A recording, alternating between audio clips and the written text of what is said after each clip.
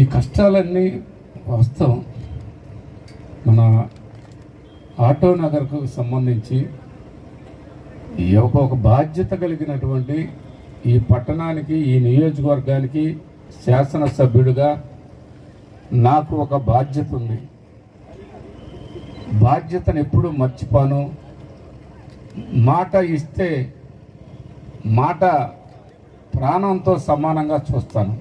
మాటను మట్టికి ఎక్కడ, కమిట్మెంట్కి ఎక్కడా కూడా డీవియేషన్ అయ్యే పరిస్థితి లేదు.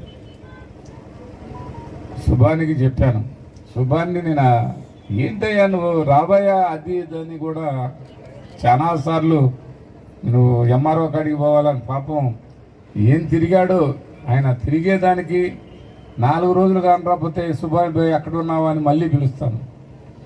అలా నేను ఒక్కడనే కాదు, మరి ఆయన కమిటీ సభ్యులు కాజా కూడా, మన కాజా వీళ్ళందరూ కూడా చాలా మరి తిరిగారు. తిరిగిన దాంట్లో ఈ స్థలం అన్ని విధాల ఏర్పాటు చేసిన వాళ్ళు, ఈ డాలర్ సిటీ ఓనర్స్ అందరూ కూడా ఈ స్థలానికి చాలా సహాయం చేశారు, సహకరించారు. వారందరికి కూడా డాలర్ సిటీ ఏ విధంగా డెవలప్ అవుతుందో మన మాబుసుబ్ అని చెప్పాడు. మన ఆటో నగర్ కూడా అదే విధంగా డెవలప్మెంట్ కావాలి అని నా కళ నెరవేర్చ కళ నెరవేరల.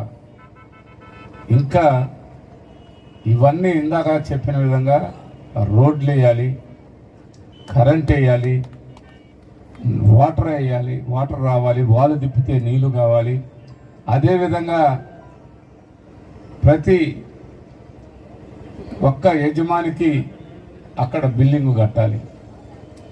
అది ఆటో నగర్ అంటే వినుకొండ ఆటో నగర్ పోయి మోటార్ ఆటో నగర్ చూసి రావాలి అని ప్రతి ఒక్కరు అనుకునే విధంగా, అంటే ఏదో చప్పట్లు కొట్టించుకునే దానికి మట్టి కాదు.